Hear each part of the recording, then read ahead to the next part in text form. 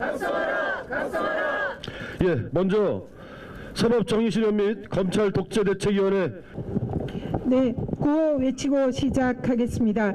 대법원의 사상 초유 대선 개입 사법 쿠데타를 강력히 규탄한다. 규탄한다! 규탄한다! 규탄한다! 대한민국은 민주공화국입니다. 대통령의 선출은 사법부가 하는 것이 아니라 주권자인 국민이 하는 것입니다. 그것이 헌법 정신이고 민주주의입니다.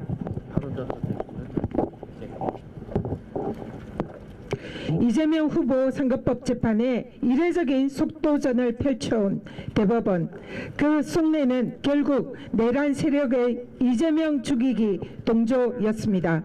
대통령 선거를 불과 33일 앞두고 벌어진 대법원의 명백한 대선 개입이자 사법 쿠데타입니다. 그렇지 않습니까? 맞습니다. 조희대 대법원장이 직권으로 저는 합의체의 사건을 회부한 지 대법원은 단 이틀 만에 심리를 종결했습니다. 이 자리에 계신 의원님들과 기자분들에게 여쭙겠습니다. A4 6만 장 분량의 사건 기록을 단 이틀 만에 읽는 것이 가능합니까? 그것도 그냥 읽는 것이 아니라 나라의 운명을 결정할 사건에 고도의 법률적 판단을 해야 하는 일입니다. 대법관들이 챗 GPT가 아니고서야 불가능한 일 아닙니까? 맞습니다. 이번 판결은 사건 기록을 사실상 제대로 보지도 않고 이재명 죽이기라는 예단을 가지고 1심 판결을 그대로 복붙한 편파 판결로 볼 수밖에 없습니다. 정의로운 결정으로 국민의 찬사와 신뢰를 한몸에 받은 헌법재판소를 시기해서 급발진한 정치 판결입니다. 그렇지 않습니까? 맞습니다. 특히 대법원은 스스로 확립해 온 유추해석과 확장 해석 금지라는 기존 판례를 정면으로 부정하는 자기 모순적인 판결을 내렸습니다. 법치주의의 최후의 보루여야 할 대법원이 법치주의의 근간을 파괴한 것입니다.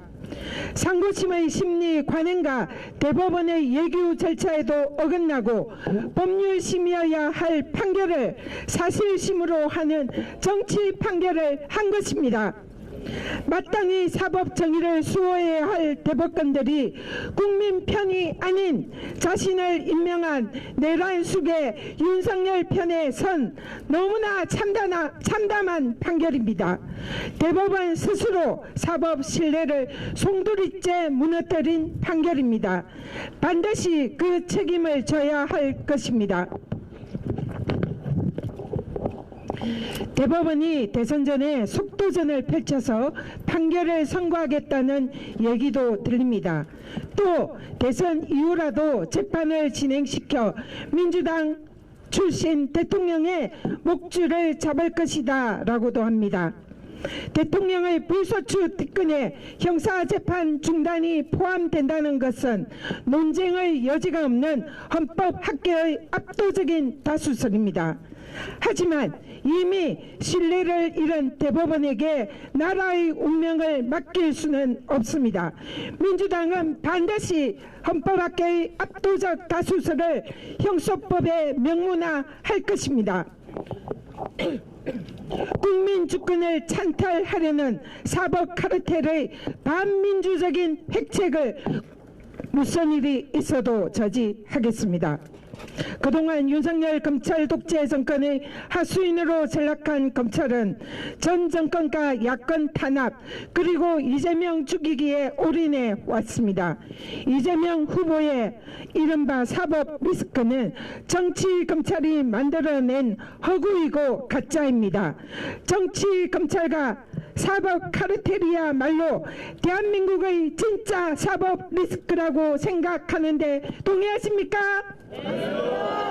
민주주의와 법치주의를 파괴하는 진짜 사법 리스크 뿌리 뽑아야 하지 않겠습니까? 기소권 남용으로 정치 보복을 일삼는 정치 검찰, 검사가 써준 공소장대로 판결하며 윤석열 검찰 독재 정권과 한몸으로 기득권을 유지해 온 사법 카르텔, 민주당이 반드시 혁파하겠습니다. 국민과 함께 끝까지 싸워 꼭 승리하겠습니다. 감사합니다. 온 국민이 다 놀라고 황당했습니다. 어제 대법원이 이재명의 공직선거법 사건을 파기환송했습니다. 3년을 끌어온 사건 아닙니까? 그만큼 논란이 많았습니다. 1심은 유죄 판결을 했지만 2심은 완전 무죄 판결을 했습니다. 그만큼 사실로나 법리로나 논쟁이 많은 사건인 수밖에 없습니다. 그런데 이 사건을 단 9일 만에 2번 심리하고 유죄 취지로 파기환송했습니다. 날림 재판이요 졸속심리다 하지 않을 수 없습니다. 그런데 대법원은 왜 이러는가?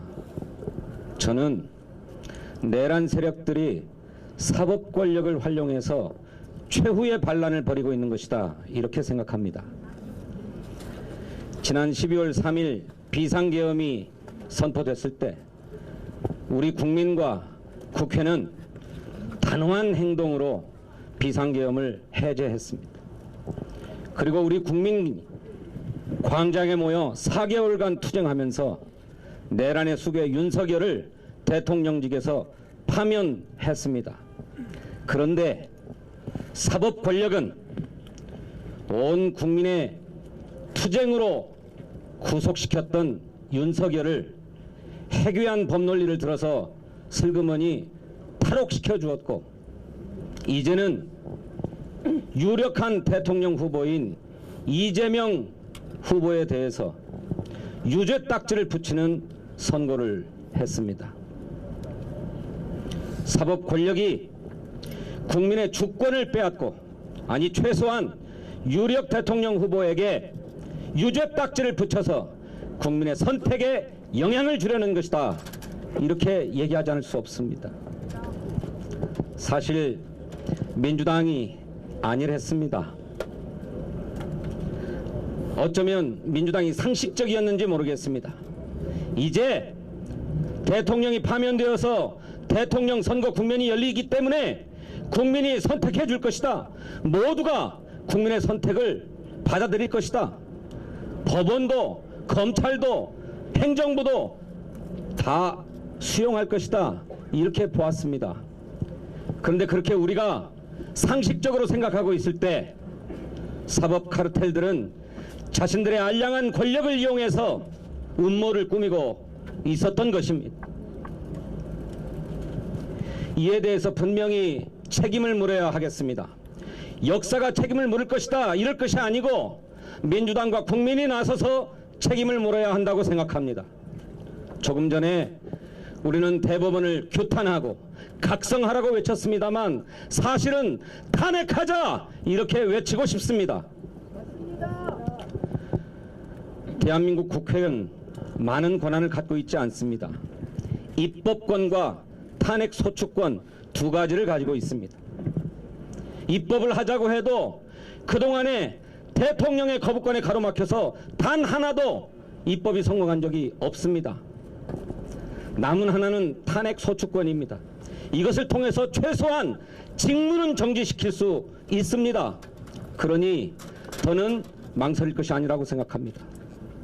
대통령 선거를 불과 30일 남겨놓고 있는 이 시점에 국민의 선택에 영향을 미치려 하고, 아니 사법 권력을 이용해서 대통령 후보의 자격을 박탈하려고 하는 이 무도한 시도, 이 반민주적 시도, 이 반법치적 시도에 대해서 단호하게 차단하고 저지해야 할 책임이 우리 민주당에 있다고 저는 생각합니다. 그래서 우리 모두가 대법원 앞에서 오늘 대법원을 규탄하고 대법원의 각성을 촉구하는 것 못지않게 우리 내부의 결심과 각오를 다시 하자 하는 호소의 말씀을 저는 이 자리를 빌어서 드리고 싶습니다. 여러분, 어떻게 지켜온 민주주의입니까? 무도한 권력이 꿈에도 생각하지 못했던 비상계엄을 선포했을 때 우리 국민이 국회 앞으로 달려나와서 장갑차를 맨몸으로 막아섰습니다. 계엄군의 총뿌리를 맨몸으로 막아섰습니다. 그래서 지켜온 민주주의 아닙니까? 이제 그 민주주의의 최후의 위기가 닥쳐왔습니다. 생각지도 않았던 정의의 최후의 보루라고 하는 법원에 의해서 내란 수괴가 석방되고 대법원이 유력 대통령 후보의 자격을 박탈하려고 하는 이 반민주적 폭거에 대해서 우리 민주당과 국민이 다시 한번 결심하고 단호하게 응징하고 저지하는 태세로 나아가자 하는 호소의 말씀을 드립니다. 감사합니다. 네, 수고하셨습니다. 한번 치겠습니다.